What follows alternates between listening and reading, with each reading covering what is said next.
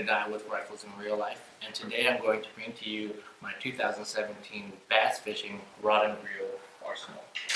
So up first I have my Garcia Orra S20 spin cast set up, and I paired it with a BassPro graphite series rod. Now this reel is in the 5:8:1 gear ratio, and I put Seaguar InvisX 6-pound fluorocarbon line on it. The rod is a 6-foot medium heavy graphite series rod, and I've had it well over 10 years, so it's definitely stood the test of time. I don't really use this setup much anymore, just because when I switched to the baitcasting rod and reel setups, I have not ever gone back to them. But if I was to get another spin cast setup, it would be the Shimano Strategic CI4 Plus reel with a 7-foot medium fast action rod, probably like the Zodius rod lineups, and I would use that for drop shots and all my finesse fishing. Up next I have my first bait casting reel that I've ever purchased. It's the Garcia Revo SX, and I paired that with the Garcia Vendetta rod. This reel is in the 7:1:1 gear ratio, which weighs about 6.7 ounces and gives me about 29 inches per turn of the handle. I put 12-pound Seaguar InvisX fluorocarbon line on it, and this reel has 10 ball bearings with a max drag of about 20 pounds. The Vendetta rod is a 7-foot medium fast action rod with a good tip and a good bend, which is perfect for throwing square bills, jerk baits, and finesse baits as well. This was my first setup, and I'd always wanted this setup as a little kid, even though now I view it as a low to mid-range setup. This is perfect for beginners. I wouldn't recommend spending any less than $100 on your first setup, just because you're gonna get frustrated. I did that before. I got frustrated with a cheap I think $80 combo, and it took me years to get back to throwing a bait casting rod and reel. But this has lasted me over 5 years, with the exception of the handle. Now I've seen in a lot of reviews where other people have this bolt right here got loose and the handles fell off. Mine didn't fall off, but I kept having to take my 10mm wrench and tighten it, which got a little bit aggravating, so I just bought a new reel, which has been working perfectly. But yeah, overall this is a really good reel and a really good setup for how I fish. Up next I have the Shimano Curado 200i with a BassPro Johnny Moore Signature Series rod. This is the second bait casting rod setup that I purchased, and I almost returned it. The side plate right here gets, when I popped it open, it took me forever to be able to close it, and it got me frustrated because I thought I broke it on like the first day, but after reading some forums, they said you should have to align it perfectly or just loosen that spool tension knob. But anyway, put a 50-pound PowerPro Super Slick 8 braid on here. I have the reel in a 7:2:1 gear ratio. It weighs about 7.4 ounces and gives me 30 inches per turn. It has the SVS Infinity braking system, which reduces vibrations, resulting in longer and smoother casts. The rod, like I said, is a 7'6" heavy fast action rod. There's nothing really too much to say about the rod, other than I liked the power hump grips right here. I have big hands, and when I'm horsing big fish out of heavy cover, this big handle helps give me some leverage on there. Also, another thing that I liked about it are the guides. These are not micro guides, but they are really, really small, which when I'm flipping and pitching into heavy cover, it gives me greater accuracy in that. Other than that, the main reason I got this rod is just because BassPro has really good warranties, and for $150 the sensitivity is really, really good. Another thing, having multiple rods, this thing has a line indicator right on the bottom, so I know exactly how many pound test line is on this setup right here. But yeah, this is my heavy cover flipping and pitching, as well as top water frog rod. Up next, I have the 2017's iCast freshwater bait casting reel winner, and this is the Shimano Curado K. I pre-ordered this from Cabela's and I was able to get it a couple weeks early, so I was really happy about that. I put 17-pound Berkeley Trilene professional grade 100% fluorocarbon on that. I actually like this line better than the Seaguar InvisX. It has less memory, so I get a lot less backlashes on there. Anyway, this reel comes in a 7:4 gear ratio. It weighs 7.6 ounces and gives me 31 inches per turn. It has 6+1 ball bearings with a max drag of 11 pounds. It's 10% smaller than the Curado I, and this has the SBS infinity braking system.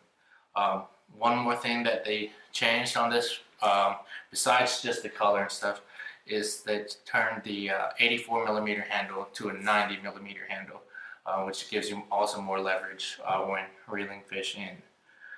The most significant feature that Shimano did with this lineup of the Curados is the micro module gears, which means that the gear teeth are more smaller and plentiful, making this reel super smooth. Shimano's never used this micro module gearing system at the price point of the Curados ever, so it was a really good treat for them to do that for a $190 reel. Another BassPro Johnny Morris Signature Series rod, and yeah, everything just like the last rod I like. This is a 7'2" medium heavy fast action tip rod, so I'll be using this combo for throwing my Texas rigs and for pitching into heavy cover as well.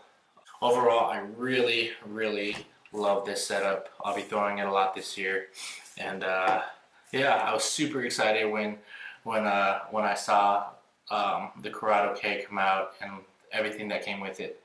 But that excitement was short-lived. My final rod and reel setup is the Shimano Chronarch MGL with the Shimano Zodius rod. Now, this is by far my most superior rod and reel in my arsenal, so I will be throwing this the most. This is a 6:2 gear ratio reel that weighs only 6.5 ounces. It gives me 26 inches per turn of the handle, and this is 150 size compared to the Curado's 200 size, meaning that there will be less string on the spool, but the advantage is it's more compact. I put 17-pound fluorocarbon again, the same Trilene 100% fluorocarbon professional grade on here. This has 8+1 ball bearings with 11 pounds of drags. It also has the micro module gears. It also has the SBS infinity brakes. But the main thing that this reel has is the MGL spool, which is the Magnum-like spool, which reduces the moment of inertia, allowing you to cast further and more accurately with a greater variety of lures. Now, the Shimano rod is the Zodius 6'10" medium heavy fast action rod, and the first thing that stuck out to me that was how durable it felt, and it uses Shimano's high power X construction and is wrapped with crisscrossed carbon tape. I don't know if you can see it there, but it is beautiful. It uses that tape throughout the rod to reduce blank twist, which allows you to transfer more energy throughout the rod. Now, the reel seat on here is made out of CI4+. That's a really good metal. And when I gripped the handle for the first time, I wasn't sure how I felt about it. It was the thinnest handle I had ever gripped, especially compared to the power hump grips of the BassPro rods. And I wasn't sure if I was going to actually like it. But after taking it out the first morning, I was able to get used to it real quick, and I caught 4 decent bass on it with no problems at all. So I got this in a 6'10" size rather than a 7+ foot rod because I mainly do bank fishing. I've been getting into boat fishing lately, but I mainly do bank fishing, and sometimes when I'm in the woods and finding those small ponds out there, it makes it hard to throw longer rods out there. Um, but yeah, regardless, I will throw everything from lipless crankbaits, spinner baits, pitching and skipping jigs, underdogs, chatterbaits, all the way down to Texas rigs, weightless Senkos, and and weightless flukes. What amazed me was how effortlessly it was to cast the KVD caffeinated flukes, and then being able to feel it glide through the water and feel every tick on the line through the rod. Uh, so yeah, I will be using this rod. I would say about 85% of the time.